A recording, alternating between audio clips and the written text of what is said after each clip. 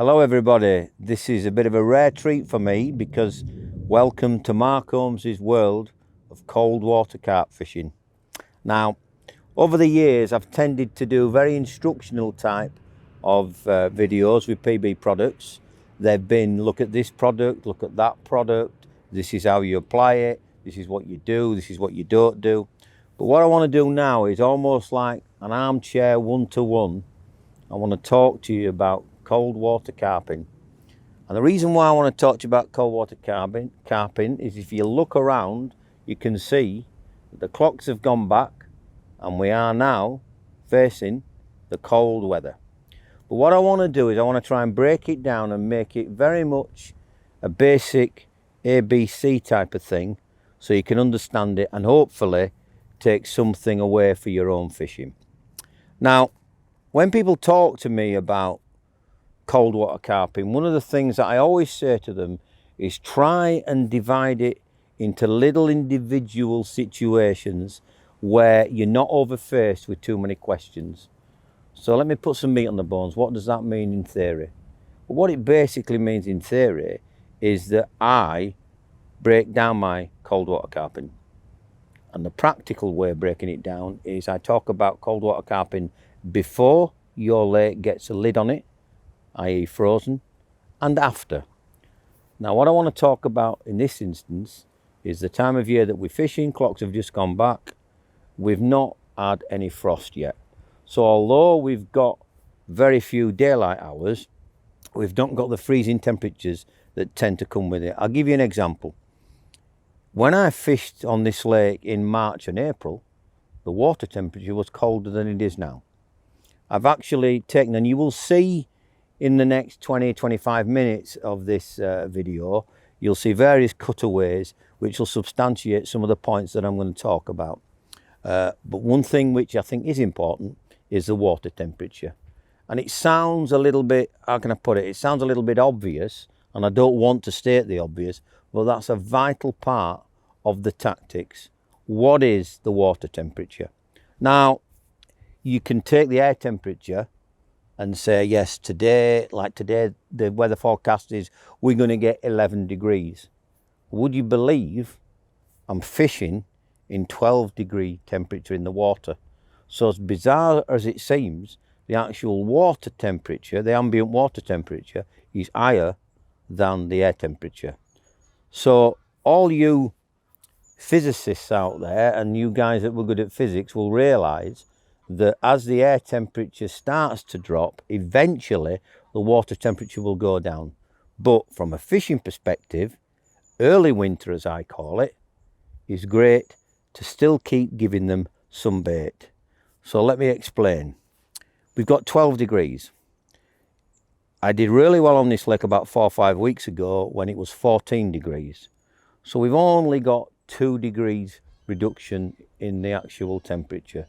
So basically that means that the fish have not yet started to become torpid and to lay up and to work on their fat residue. What you will find is that that will eventually happen, but it's still going to be probably another 7 degrees when it gets down to about 5 that will happen. So the good news is don't get caught into this giving them little parcels of food when it's 12 degrees water temperature. A carp's ecosystem, its digestive system, works at 100% efficiency when it's 18 degrees or more in the water temperature. So we're 6 degrees down. So we're a third down on its full metabolism, but that still gives us plenty of opportunity to get a bite. So how do I go about fishing? Well, what I tend to do is I tend to be more observant and more prolific with accuracy. So what does that mean? You can, if you're on a water that's very busy, understand what my tactics are. People basically fall into 2 categories. They're hunters and they're trappers. And what a hunter will do, and you'll see it all over the place, guy climbing the tree, guy hiding in the bushes, guy moving 48 times in an hour, one rod here, one rod there. Brilliant, and that's a great way of catching carp. But can you really do that at Sandhurst? Can you really do that at linear? Can you do that at bluebell? I don't think so. So what you've got to try and do is think, how can I carp fish successfully when I am limited in my ability to move about? And that's where my kind of carp fishing tends to become more successful. And that is a trapper type of mentality. Now, what a trapper mentality is to lay a bed of bait down, get your lines down, and wait for the fish to come to you. Now, without overstating the obvious, again, what you tend to do this time of year is use baits that are predominantly low in saturated fat. And what I'm going to do is I'm going to divide this little spiel into talk about bait, talk about rigs, and the incidentals. So we'll talk about bait first. What you need to be doing is you need to understand that solubility, that's how quickly your bait transfers into the eco water system, happens. You don't want something that's got high saturated fat and has got lard in it, which is basically total 100% saturated fat. So what you get, that's why you get people saying, oh, don't use fish meals this time of year. You need to use nut baits or milk proteins. That's because what they're doing is, in a roundabout way, they're telling you that you need to use a bait that has got less fat. Predominantly, fish meals used to have a higher fat content. They don't now. However, what you've got to understand is that a lot of mass-produced baits have saturated fat within them because that's what is needed to get them through the rollers. But what you need to do is work hard in making sure that bait breaks down as quickly as possible. And there's various ways that you can do this. And the simple ways that you can do this is to understand that you introduce bait in 3 phases. You will see from the cutouts, I have bait that I introduce straight from the packet. I also have bait that is soaked in the lake water, so it's washed out bait. And I also have bait that is soaked in a particular attractive liquid. So there's 3 introductions of bait onto the spots. Now, the reason why I do that is this time of year carp have been caught quite a few times, and I don't want them to think that there is only one type of bait there that they can be wary of. So you've got 3 different types of bait in 3 different stages for them to feed on. So their ability to suss what's new introduced bait to be wary of against old introduced bait, it goes. The other thing which is important is to make sure that I apply the bait in a little and often situation. So when you see matchmen, the likes of Dave Arrow, Keith Arthur, Tom Pickering, Alan Scotthorne, these guys, you sit behind them, you will see they use a principle called little and often. So that basically means you don't put all your 5 kilos, if you're going with 5 kilos, in one fell swoop. You'll keep introducing bait every couple of hours. And what that does is that doesn't put the fish off. What it does is it actually stages the introduction of the bait. So take that to the nth degree, it means that the breakdown of the bait is also staged. And it goes back to my earlier point about the 3 different types of bait I introduce. It means that the carp can't associate danger with just one particular type. So get used to little and often. The other thing I would do as well is that this time of year, early winter, I'm still wanting the carp to move about.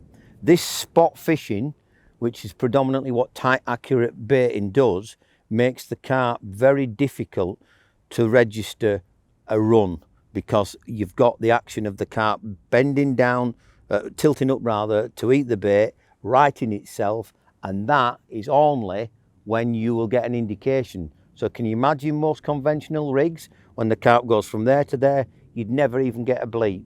However, by sticking bait out over distances, I'm trying to school the carp into moving from one free offering to another. There I've got a better chance of understanding if it's a bite simply by line movement, by line positioning, and of course by indication on your bite alarms. So that's the bait type situation sorted out very quickly. As I've said earlier, you will see the various cutaways. Now let's talk about rigs.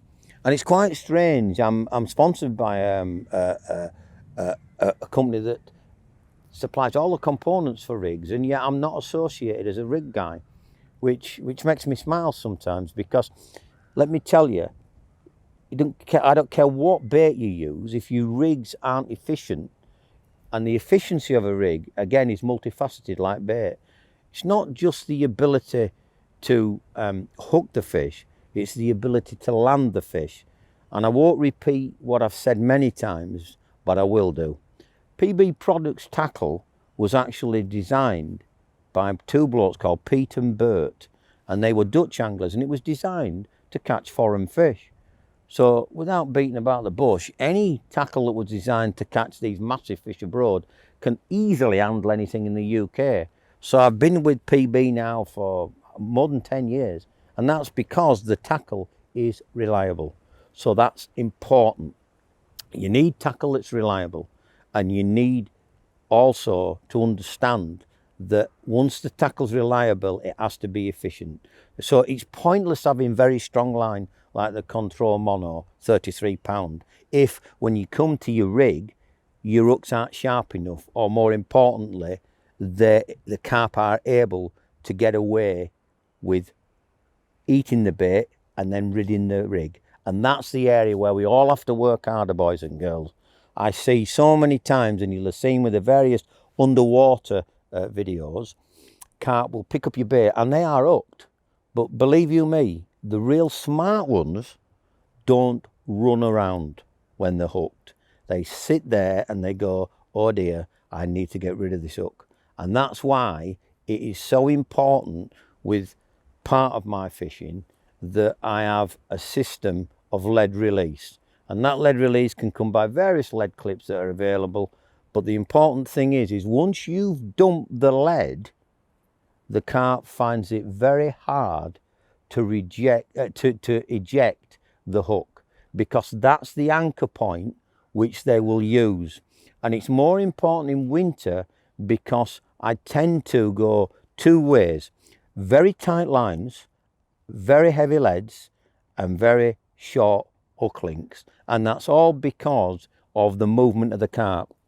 As the carp's movement starts to diminish, even if you're spacing bait out, their mobility gets less because of the temperature, because they're a cold-blooded animal.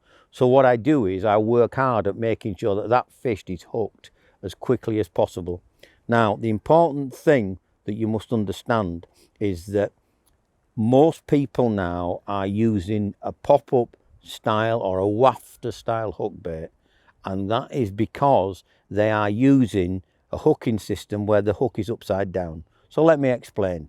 You'll see the cutaways now of the rigs that I'm using, but if I do it visually with my hands, you'll see that now is the kind of hook that we get, whereas it used to be like that. It's not laid on the bottom now, it's lifted off the top. So what we need to do is we need to instill in us, how can we, when that bait is in its mouth, make sure it's hooked? Well, there's various ways that you can do it. A clever little twist that I've got at the moment, and all my friends will be screaming, no, don't tell them, Holmes. But you know me, I give my edges and my secrets away because I believe in freedom of information, because some of you will absorb it and use it, and some of you will dismiss it as, I can't be arsed. Get that. But what you've got to understand is the harder you try to hook these fish, the better you will be with your successful rate. And the easiest way to do that is what I term as a weighted hook.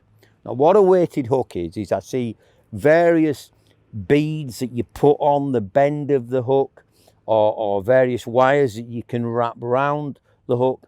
Years ago, we used to use a hook and we'd take out the lead core, we'd strip the lead core, take the lead inner from the lead core, and we'd wrap it around the shank of the hook. That's one way of creating a weighted system. But what I've found now, and you'll see with this rig, is by using our curved KD hooks with our shrink tubing, if you insert some lead wire onto the bend of that shrink tubing, that creates a weighted hook. So what happens is when the carp takes the bait and the hook in, when it closes its mouth, always remember, your rig, when it's first approached by the carp, is cushioned by water. Once it goes into its mouth, people don't realise this, a carp's mouth is not full of water. When it shuts its mouth, it actually doesn't have water in its mouth. So that allows the hook to fall. It won't fall in the water because the pressure of the water holds it up. So what you'll see when you look at this cutaway, you'll see a weighted hook. So basically what happens is that goes into the carp and it drops down immediately inside the mouth. So what I'm looking for is I'm looking to hook the carp like the good old days in its mouth, not in its lip. And that's a very important thing, because once a carp is hooked in its mouth, its ability to use leverage of the hook against weed, against branches or any debris on the lake bottom is negated, because the hook is inside its mouth. So let's reiterate with what we've said now. We spoke about bait, we've spoke about hooks, but the other thing which is really important and is often forgot is persistence. And I used to, how can I put it without being offensive, I used to get a little bit annoyed when some famous anglers used to talk about persistence and being there and doing it, when half the time they were sat at home in front of the fire and never ventured out until March. Let me tell you, there is no substitute for time. And I have said, and I'm quoted, and I'll keep quoting it till the day I die, the success you need is by time and access. Anybody is successful at carp, the more you go, the better waters you fish, the more successful you will be. Winter's exactly the same. But what you have to do is you have to steel yourself to realise that what you experienced in spring, summer and autumn, you're not going to get in winter. However, there is a trade-off. And that trade-off is, you'll see with some of the pictures that we're showing now of some of the cold water carp that I've seen, the condition of the fish are absolutely superb.